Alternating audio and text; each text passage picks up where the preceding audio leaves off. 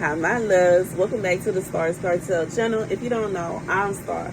So, this message comes from the movie Megamind, y'all. Okay, I love me some Megamind. That is my little movie. Okay, I just feel like it's a concept that a lot of people don't like to admit to, because I just feel like a lot of people just act as if it's just good and evil and that's it. Like, everybody have good to them and everybody have bad to them, and that's why it's times when somebody will do something crazy and people be like, nobody would ever imagine, because everybody have good in them and everybody have bad in them, and it just like, and that's just what it is.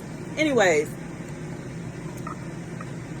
the part that God pointed out to me is where Megamind is pretending to be the guy that works at the Metro Man Museum, and he's talking to Roxanne, and she's telling him, oh, I know the way to take down Megamind. I have the perfect plan. And he's getting all excited. Like, and she's literally talking about taking him down. He's getting all excited. He's like blushing. He's like, she's so cute. It's like,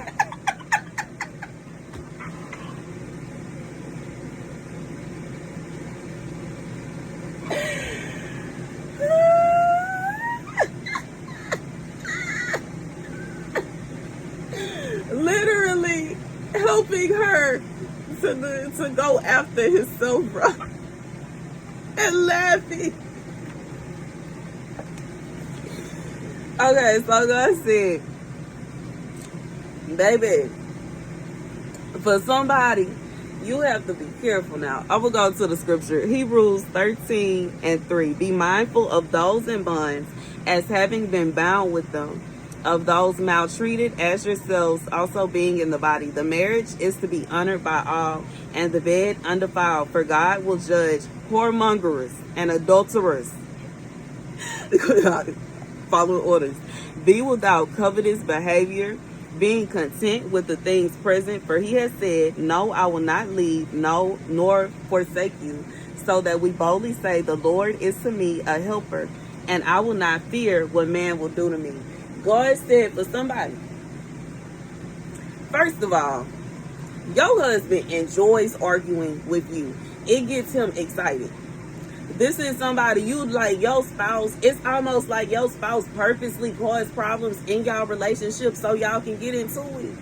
It excites him. It brings him joy. And you know, like, I feel like the biggest part of the movie is Megamind is bored, bro. He's accomplished everything that he could possibly accomplish.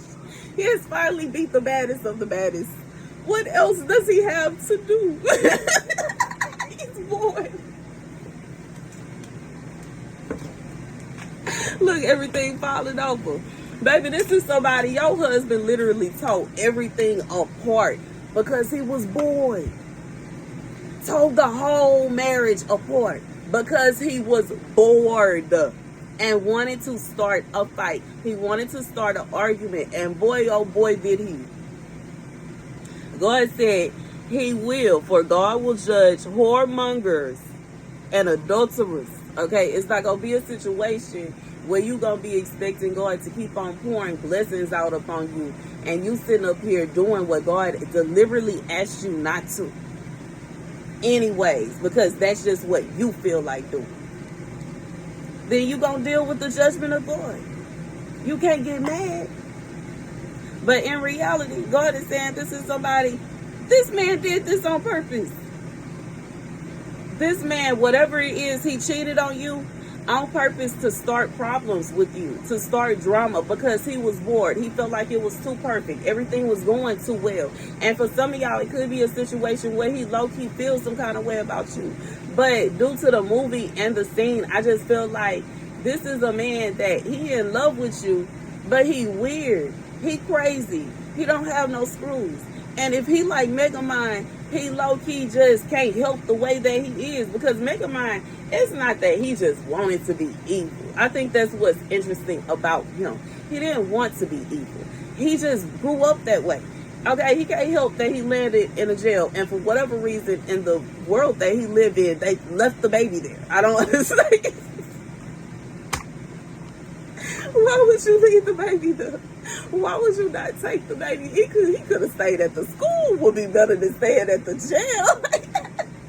And they legit shipped this little boy to school every day and shipped him right back to the jailhouse to be raised by criminals and expecting him to be an upstanding member of society. What?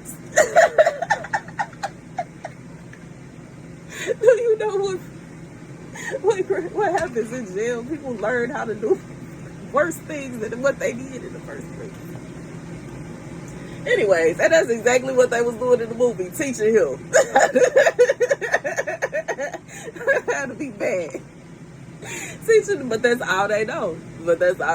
They teaching him what they know, you know what I'm saying? Because, you know what I'm saying, just because somebody did some kind of wrong, there you go again. Duality, you know what I'm saying? It's good and evil in everybody. And just because somebody did whatever it is they did, don't mean they finna be evil and mean to a baby. They gonna sit there, like, you know what I'm saying, probably be excited. Might remind them of their kids, nieces and nephews or whatever. And you know what I'm saying? I'm just being real. Anyways, but they gonna teach the baby what they know, and that's what they did. And that's how he grew up the way that he grew up. And for whoever this is for, this person, it's like they not really trying to be evil per se, but in their mind, what they did is not that bad. And in their mind, they just did it to start an argument to spice things up. But in reality, it completely caused eruption, and it caused everything to tumble and fall apart. And they're like stressed and trying to go. God said he will judge whoremongers and adulterers. The way that they wanted to spice things up was the wrong way. God said he should have bought you some flowers. He should have bought you some flowers. He should have took you out on a date. He could have took you shopping. He could have got your hair done. Maybe he should have got the color of your hair changed to give him a little spice. But for him to go out and sleep with somebody that is known for sleeping with everybody and then expecting you to just be okay with that is wild, it's crazy, it's insane. This man thought that y'all was going to fight and argue for the night and everything was going to be good the next morning. That's what this feel like. It feel like this is somebody they thought that you was going to forgive them, but they didn't realize that was that last straw. Like, I just feel like this person felt like y'all was playing. They thought it was a game when you said, don't cheat on me no more. They thought it was a joke when you said, don't put your hands on me no more. They thought that you were kidding, but you weren't. And now they're trying to figure out what happened. And God is saying he is not a situation where he is going to honor the whoremongers. And this may be it may be a situation where he feel like God should be punishing you and you should be in trouble and you should receive this, that, and the third. God said he is not going to send judgment towards you when this is someone that is a whoremonger, because he was with a whore. And he sacrificed his marriage to be with that whore. And God said, because he was with the whore and he was committing adultery, it's not a situation where God is going to honor what he's talking about. Because in God's eyes, you ain't do nothing wrong. You didn't cheat on him. You wasn't putting your hands on him. It wasn't a situation where you did anything wrong. This man did what he did. He left you.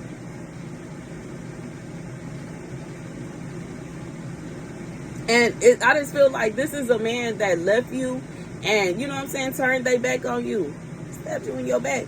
And then turned around and got mad when they realized that God did not forsake you and God did not leave you. And they feel like, why didn't God leave her? Why didn't God forsake her? God is mad at me. God is doing this. God is causing this, that, and the third. God is angry with you, sir, because you are a whoremonger and an adulterer. And you did exactly what God told you not to. And then you did it without a care in the world. You acted as if it was okay. And then you felt as if any and everybody should just be okay with you doing what you want to do. I mean, go ahead. I mean, for the most part, nobody cares. But when you marry, you cannot expect your wife to be okay with you choosing a sleazy woman over her for the night. It's not going to be okay. It's not going to be a situation where I'm going to find the understanding as to why you just had to go over there and sleep with somebody that just slept with somebody else instead of me who has been waiting on you. I'm not going to be able to comprehend that. I'm not going to find no understanding. It's not going to happen. And because it ain't going to happen, it's not a situation where you going to make me believe that you really believe that I was going to be okay with it. It's impossible, bro. You just trying to save face. This somebody trying to save face. They know they did wrong. This man know he did. It's impossible that he really believed that he was okay in the clear. Who told you that? What made you believe that? Complete insanity, nonsense, foolery. That's the message. Thank you guys for watching. Be sure to like, share, and subscribe. Peace.